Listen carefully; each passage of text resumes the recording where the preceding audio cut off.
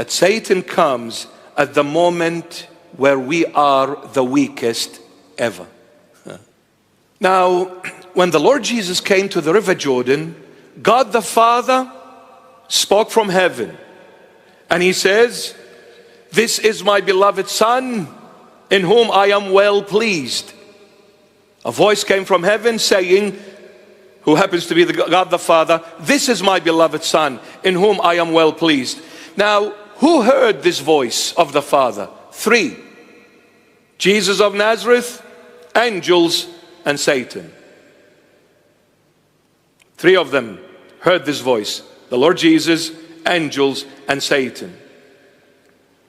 And this is why when Satan came to tempt the Lord Jesus after 40 days, what did Satan say to him? "If you are the Son of God." Oh, where did you get this from, Satan? He said, "Because at the River Jordan, I saw him coming to John the Baptist. I heard a voice from heaven saying, 'This is my beloved Son, in whom I am well pleased.' So now I'm coming to tempt him, to see for myself and to find out for myself if he is truly the Son of God. Because if he is, I'm going to try to hinder his mission and stop it from happening, because I know he's coming after me. So if you are the Son of God," because I heard a voice from heaven saying, "You are the Son of God." So I came to find out for myself.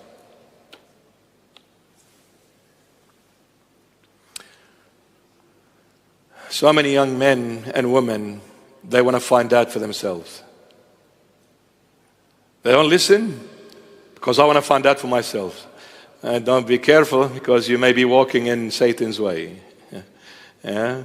So when somebody like me comes and says, "Don't go out and be late, it's dangerous." No, I want to find out for myself. Don't try the white powder. No, I want to find out for myself. Don't drink alcohol. No, I want to find out for myself.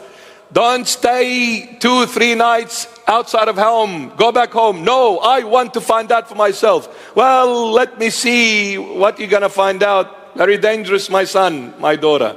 Go home. Much safer for you, my child. Much safer. Do it the Lord's way, not Satan's way. Satan came after the Lord had fasted 40 days and 40 nights, and then he was hungry. After the 40 days. So we need to understand one thing from this. See, Satan didn't come at the beginning of the fasting. He came at the very end of it.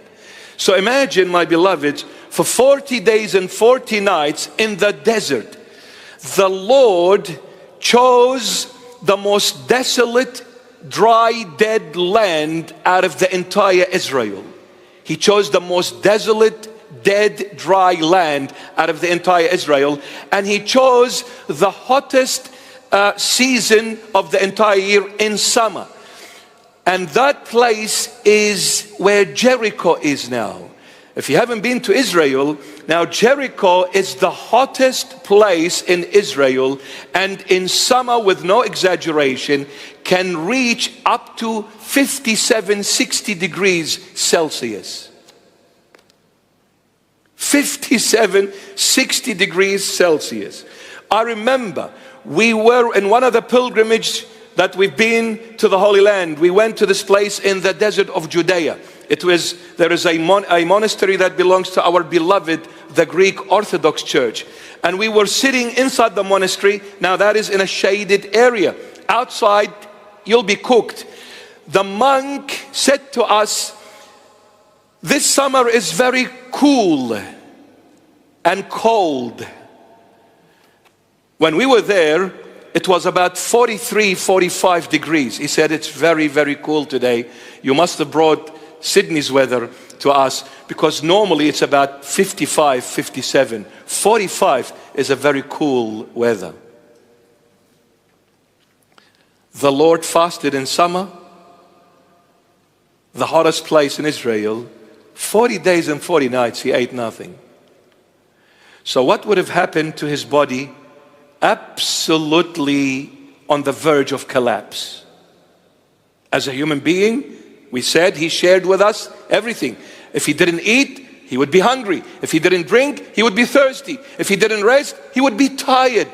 Same like every human being. So I imagine after 40 days of absolute fasting, he was worn out. Satan comes then. We learn from this that Satan comes at the moment where we are the weakest ever.